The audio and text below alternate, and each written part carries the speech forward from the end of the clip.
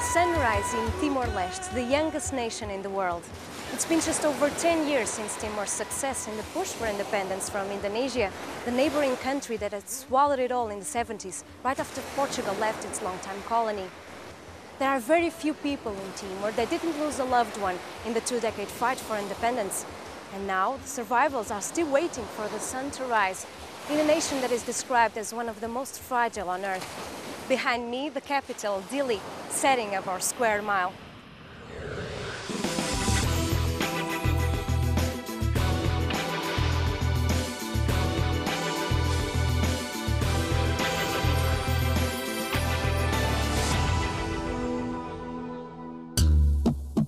Timor-Leste, East Timor, was colonized by Portugal in the 16th century and gained independence in 1975, only to be invaded again by Indonesia in 1976.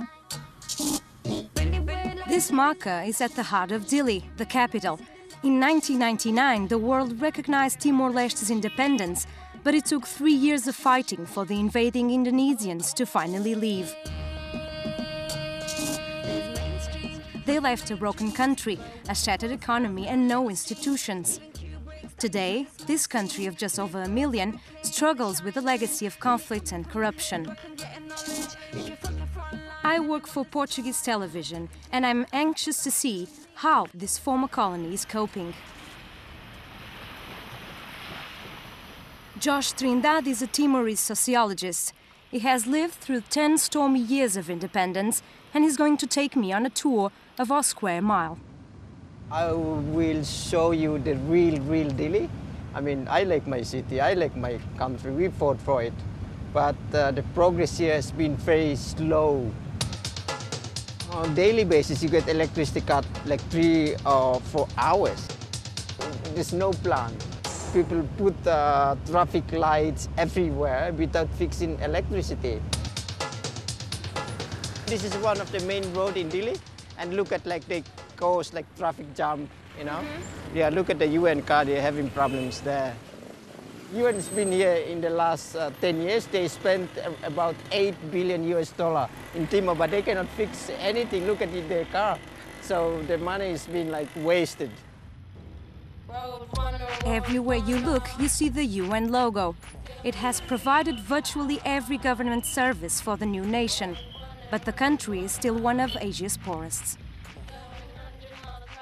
As schools go, this one doesn't seem to be a great advertisement for progress. This school, they built during Indonesian time, and the new government do very little. This actually works really right now. Actually, the kids actually sitting in here. So this is the classroom. Forget about sanitation, forget about toilet, forget about all that. This is not what Timorese fought for during like 24 years. They fought for like better conditions. Not this floor. Not this kind of floor, not this kind of chair. Since independence, Timor-Leste has received $300 in subsidies per person per year, one of the highest rates in the world. Josh Trindade says there are few obvious benefits. It is true that there are so many foreign aid coming into this country. They just do things without asking the Timorese they really need it or not.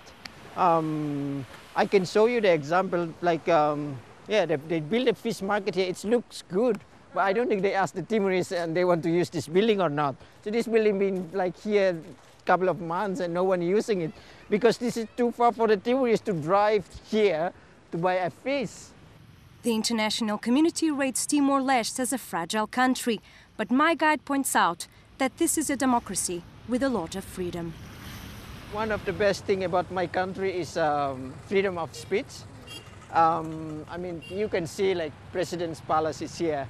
I can criticize him if I disagree with him, if I don't like the thing that he do, and I can definitely say it without worrying that somebody gonna arrest me or somebody gonna put me in jail like Indonesian time.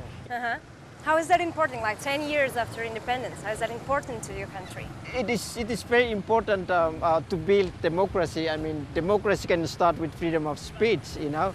And I'm hoping that by freely talk about the issues, our country will improve in the future. Dili is flooded with cheap foreign imports, with few natural resources and an unskilled workforce. Timor-Leste's homegrown economy is hard to see. I'm in Comoro, one of the biggest markets in Dili, and look, we have here some frozen chicken. I can see it's from Brazil. Quanto é? Quanto é? $3. $3 for a frozen chicken full of hormones that comes from the other half of the world.